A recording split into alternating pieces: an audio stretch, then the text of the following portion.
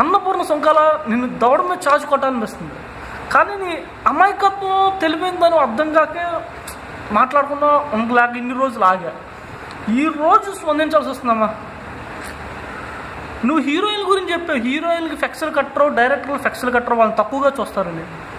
నీకు తెలియట్లా cinema industry గురించి.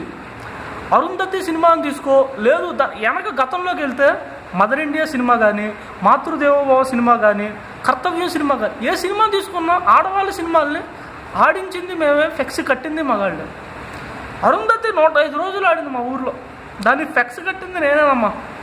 అది నీకు తెలియకపోవడం, లేదు ఆ సినిమాల పట్ల అవగాహన లేకపోవడం చాలా బాధాకరమైన విషయం. నీకు కొద్ది గొప్ప తెలుగు సినిమా ఇండస్ట్రీ పట్ల అవగాహన ఉందన్నో 24 ఫ్రేముల్లో నీకు ఏ రంగంలో అవగాహన ఉందో నాకు అర్థం కావట్లేదు. ఇక్కడ నీకు మహా అయితే సినిమా పేరు తెలుసు, సినిమా డైరెక్టర్ తెలుసు, సినిమా హీరోయిన్ తెలుసు, అంతే. అవి గూగుల్లో కొట్టి సెర్చ్ చేసి తెలుసుకున్నావే కానీ అఫిషియల్గా వర్క్ పరంగా కాదమ్మా. నువ్వు జ్ఞానివి అని చెప్పుకునే అజ్ఞానం అని తెలుసుకోవాలి. నువ్వు అజ్ఞానం అని తెలుసుకోవాలి. నువ్వు వర్మలాగా పబ్లిసిటీ కోసం మాత్రమే ఈ వీడియో పెట్టావు, నాకు అర్థమవుతుంది. సేమ్ వర్మకు కూతురు లాగా అనిపిస్తున్నావు పబ్లిసిటీ విషయంలో కానీ, జనానికి రీచ్ అయ్యే విధంగా మాట్లాడే విధంలో కానీ. హాట్ టాపిక్ దాన్ని ఎంచుకోవడం నీ నాలెడ్జ్కి మంచి ఉదాహరణగా చెప్పొచ్చమ్మా. శివగామి పాత్ర, అవంతిక పాత్ర గురించి చెప్పావు ఇక్కడ. ఆ పాత్రల మధ్య తేడా నీకు అసలు ఏం తెలుసు? సీఈఓకి ఆఫీస్ బాయ్కి ఉన్నంత తేడా ఉంది ఆ పాత్రల గురించి. శివగామి అనే పాత్ర రాజ్యం, ఆమె ఒక రాణి. అవంతిక అనేది విప్లవకారు. ఆ ఇద్దరి మధ్య వ్యత్యాసం ఎంత ఉందో నీకు తెలుసా? తెలియదు నీకు. ఒక సీఈఓకి ఆఫీస్ బాయ్కి వ్యత్యాసం అంత తేడా ఉంది. అత్తారింటికి దారిలో పవన్ కళ్యాణ్ గారు కొట్టారు ఎంఎస్ నారాయణ. పవన్ కళ్యాణ్ గారికి ఎంఎస్ నారాయణ పాత్ర తెలుసా నీకు? అసలు సినిమా పూర్తిగా చూసావా లేదు? ఆయన ఒక సన్నిహితుడు బాధేసినప్పుడు, కోపం వచ్చినప్పుడు కొట్టేప్పుడు, బాధేసినప్పుడు హక్ చేసుకుని ఏడ్చి మన బాధను పంచుకునే హక్కు సన్నిహితుల దగ్గరే ఉంటుందమ్మా. క్లైమాక్స్ సినిమాలో ఎంఎస్ నారాయణ గారు డైలాగ్ వేస్తారు అందులో. సినిమా చూసినే నీకు అర్థమయ్యేదమ్మా. దూకుళ్ళలో కలర్ గురించి మాట్లాడాను. కలర్ ఏంటి, ఈ కలర్స్ని తర్వాత కులాలను విడతీయడం, ఎఫ్బీలో పోరాడుతున్నారు, అక్కడ పోరాడుతున్నారు. బేసికల్గా చెప్పాలంటే నువ్వు అందంగా ఉండుంటే నువ్వు ఈ వీడియో అప్లోడ్ చేసేదానివి కాదు.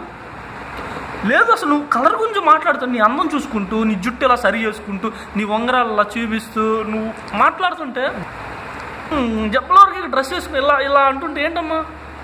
కలర్ గురించి మాట్లాడే రైట్స్ లేము, దాన్ని నాకు తెలుసు. నేను అందంగా లేను, బ్లాక్ కలర్ అని చెప్పి తెల్లగా ఉన్న నా లవర్ నన్ను వదిలేసినప్పుడు నా బాధ నాకే తెలుసమ్మా, నీకేం తెలుసమ్మా? పండుగ చేసుకో, సినిమా గురించి మాట్లాడు. ఏదో మొగుడు వదిలేస్తే అత్తారింట్లో ఉంటారు, మొగుడు వచ్చి చిటికే కానీ అనగానే వచ్చేస్తారు ఉరుక్కుంటూ. ఆడవాళ్ళు అంత తక్కువగా కనబడుతున్నారు. అది మీ అమ్మమ్మగారి తరం. మీ అమ్మగారి తరం కూడా కాదు, నీ తరం అసలు కాదమ్మా. ఆ తరంతో నీకు సంబంధం లేదు. నీకు అసలు ఏం తెలుసు? ఆ తరాల గురించి తెలియదు. మేబీ అది మీ అమ్మమ్మగారి తరం. మొగుడు వదిలేసినా ఎలా బతకాలో నీకు తెలుసమ్మా. మేబీ తెలిసే ఉంటుంది. చెప్పాలంటే ఇంత ధైర్యంగా అడిగామంటే తెలిసే ఉంటుంది. ఎలాగైనా బతికేస్తావు. కానీ కోచింగ్ సెంటర్ పెట్టుకొని మనీ కూడా సంపాదించుకుని నాలెడ్జ్ ఇంటెలిజెంట్ గాలు నువ్వు. అభిషేక్ అమ్మ గాలి గురించి మాట్లాడు. ఆయన ఎప్పుడో వచ్చాడు, సినిమా ఛాన్స్ లేక ఇబ్బంది పడుతూ ఏదో సెటర్ఫుల్గా 4 డైలాగులు వేస్తూ పబ్లిసిటీ ఈ మధ్యలో పొందాడమ్మా. సేమ్ చెప్పాలంటే నువ్వు ఎలా పొందావు పబ్లిసిటీ, ఆయన అలాగే పొందాడు. నువ్వు ఆలీ విషయంలో ఎలా మాట్లాడో చూసా. దున్నపోతు అంటూ డాక్టరేట్ తీసుకుని మర్యాద లేదా హీరోయిన్ నువ్వు ఆయన విషయంలో మాట్లాడింది ఆయన మిగిలిన విషయంలో మనకు తేడా అనిపించాల.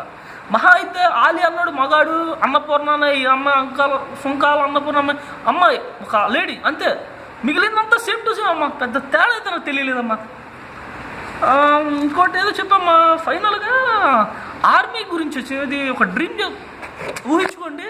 హైదరాబాద్ ఒక అమ్మాయిని ఫేస్బుక్లో కలిశాడు, ప్రేమించాడు, అమ్మాయి దగ్గరికి వెళ్ళాడు, కూలీ పని చేసుకుని. అమ్మాయి ఆర్మీ అమ్మాయి నడి రోడ్లో డ్రెస్ ఇప్పేసి తను వచ్చి శారీ కట్టేశాడు. ఇది ఆర్మీ డ్రెస్ ఇప్పి అని చెప్పావు. ఇండియన్ జెండాకి ఆర్మీ డ్రెస్కి వాల్యూ ఉంటుంది.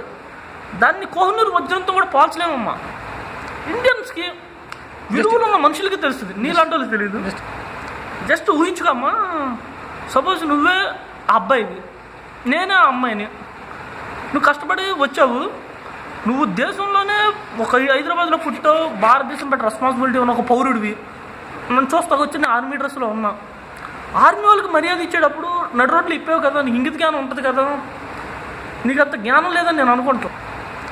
అంటే నువ్వు నడు పచ్చబొట్టు సాంగ్ గురించి ఆర్మీ అమ్మని ప్రేమించుంటా నువ్వు ఇంటికి వెళ్ళిన తర్వాత మాట్లాడి నీకు నచ్చినట్టు శారీ కట్టుకుంటుంది, నీ ఇష్టం. పచ్చబొట్టు సాంగ్ కూడా ఇద్దరి మధ్య జరిగింది, 100 మంది మధ్య జరగల. అయితే నీకు బేసికల్గా మాకైతే ఇద్దరే కనపడ్డారు, ఇద్దరి మధ్య ఇష్టంతో జరిగితే అది ఏదైనా కరెక్టే, వాళ్ళిద్దరు అండర్స్టాండింగ్ బట్టి ఉంటుంది. నీకైతే ఆ ఇద్దరు సాంగ్లో టెక్నీషియన్స్, కెమెరామ్యాన్లో రాజమౌళి వైఫ్, మిగిలిన 20 మంది 10 మంది కనబడి అది గుంపుగా జరిగింది నువ్వు అనుకుంటున్నావు. మాట్లాడే ముందు ఏం మాట్లాడుతున్నావు, క్లారిటీ ఉండదు. ముందు సినిమాని సినిమాగా చూడాలి. అలా ఆస్కర్ అవార్డులు ఇప్పుడు దేశభక్తి సినిమా చూసి అందరూ ఆర్మీలో జాయిన్ అయిపోయారా? శివ సినిమా చూసి అందరూ రౌడీ షీటర్లు అయ్యారా? ఏ సినిమా చూసి ఎవరు మారాడు? ఎవరి జీవితం ఆడుకుంటుంది. 5 రోజులు ఆడి పని ఆడు చేసుకుంటాడు, ఓ రోజు ఎంటర్టైన్మెంట్ కోసం సినిమాకి వెళ్తాడు. జై హింద్ అమ్మ.